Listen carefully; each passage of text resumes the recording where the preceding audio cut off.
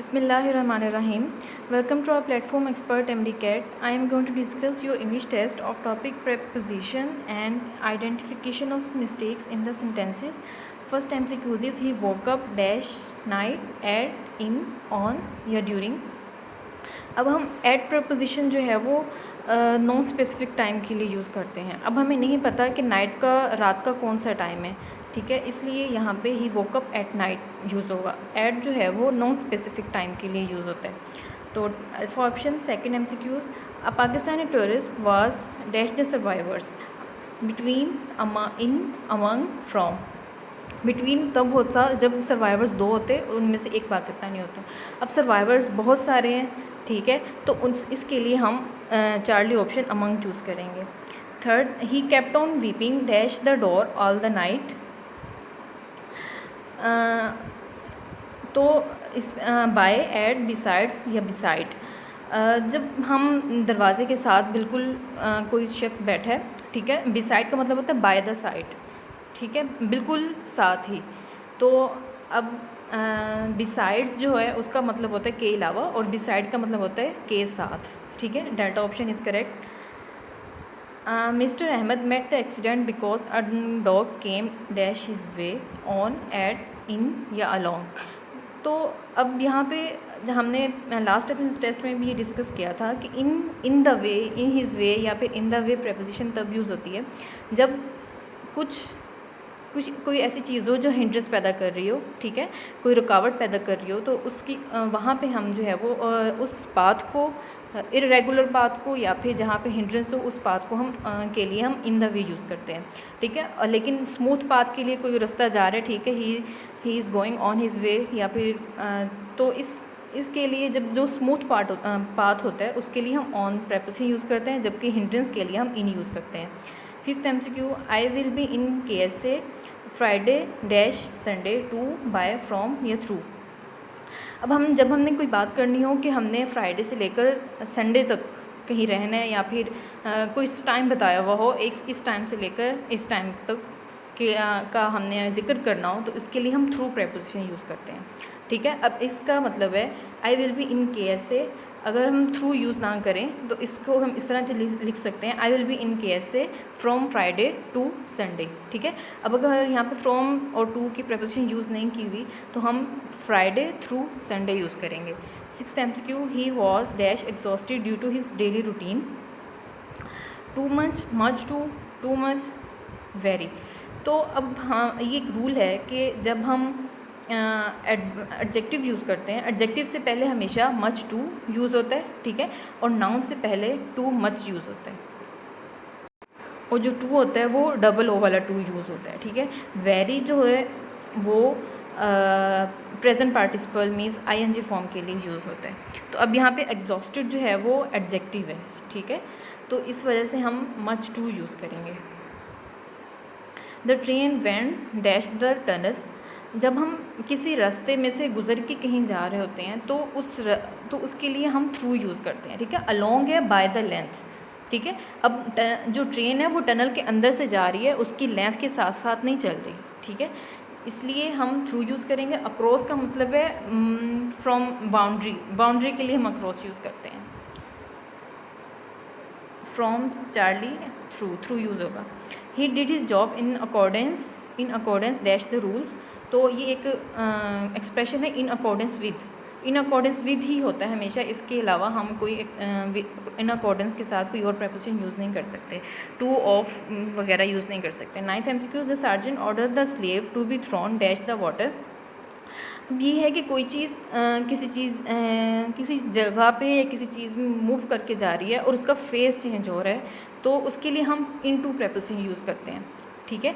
एक तो उसके अंदर अब देखें यहाँ पे फेस किस तरह से चेंज हो रहा है कि फ्रॉम ड्राइनेस, मतलब कि अब सार्जेंट जो है वो उस पर शिप पे बैठा है, ठीक है, से वाटर शिप से वाटर तक जो है वो फेस चेंज है, ठीक है, और पानी के अंदर जा रहा है, इस वजह से हम इन टू यूज़ करेंगे, into the water, movement की वजह से into the water. He had a large umbrella dash her.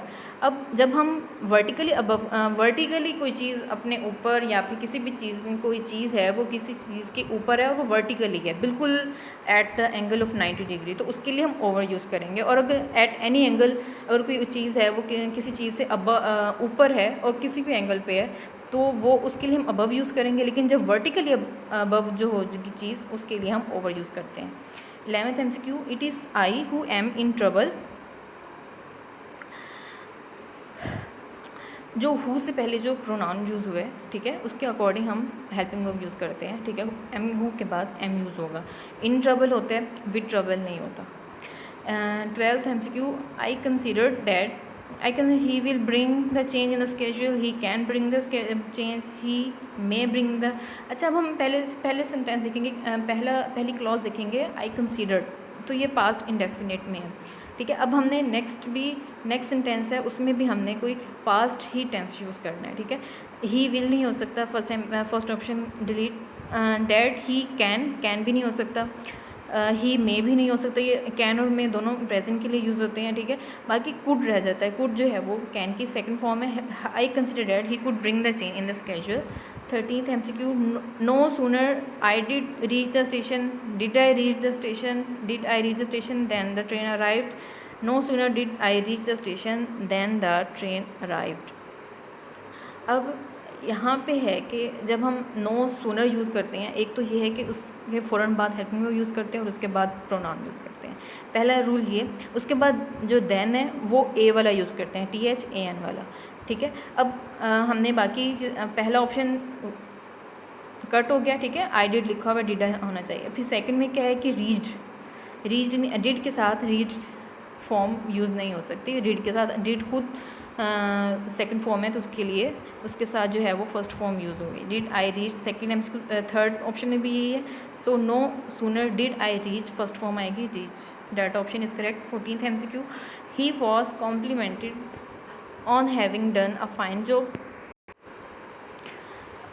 he complimented on have done a fine job, he was complimented on have to do a fine job, he was complimented on having done a fine job. अब देखें जो second part है sentence का, on having done a fine job, इसका मतलब ये है कि जो काम है वो इस सेंटेंस की प्रोनाउन नहीं की है, ठीक है। जो काम है वो इस सेंटेंस के प्रोनाउन नहीं किया और जो कॉम्प्लीमेंट है वो किसी और ने दी है, ठीक है। तो ये सेंटेंस जो होगा वो पैसिव सेंस में हम यूज़ करेंगे। अब passive sense second beta option में एक्टिव सेंस है तो ये वैसे ही कट कर दें। बाकी अल्फ़ा, चार्ली और डेल्टा में, अल्फ़ा में देखें कॉम्प्लीमेंटेड जो है वो कॉम्प्लीमेंट दिया गया, ठीक है, तारीफ़ की गई है या फिर उसके ऊपर कोई कमेंट किया गया, तो उसके लिए हम कॉम्प्लीमेंटेड COMPLI आई वाला यूज़ करते हैं। जो ये ई वाला कॉम्प्लीमेंटेड है इसका मतलब है तकमील, ठीक है, कोई चीज़ मुकम्मल हो जाना। तो अल्फ़ा ऑप्शन भी delete. Charlie option, he was complimented on done to do a fine job, तो ये सेंटेंस जो है ये करेक्ट नहीं है। डेल्टा ऑप्शन है, ही was complimented on having done a fine job, delta option is correct. 15th, Akram married an English lady, तो married के साथ कोई भी प्रेपोजिशन यूज़ नहीं होती, ठीक है, जब वो सिंपल सेंटेंस में यूज़ हो रहा होता है। Akram married an English lady, तो alpha option. 16, the autobiography of Imran Khan is too interesting, is much interesting, is very interesting, is most interesting. तो अब ये एक रूल है कि जब हम प्रेजेंट पार्टिसिपल फॉर्म को एज अ नाउन या जेरेंड हम यूज़ कर रहे होते हैं तो उसके साथ जो है वो वेरी यूज़ होता है, ठीक है। और अगर हम पास्ट पार्टिसिपल यानी थर्ड फॉर्म को एज एन एडजेक्टिव यूज़ कर रहे होते हैं तो उसके लिए हम मच यूज़ करते हैं, ठीक है, ING फॉर्म के साथ वेरी और ED मतलब कि पास्ट पार्टिसिपल फॉर्म के साथ match. 7, so Charlie option is correct. And the ship sank on May 1915 in of या एट।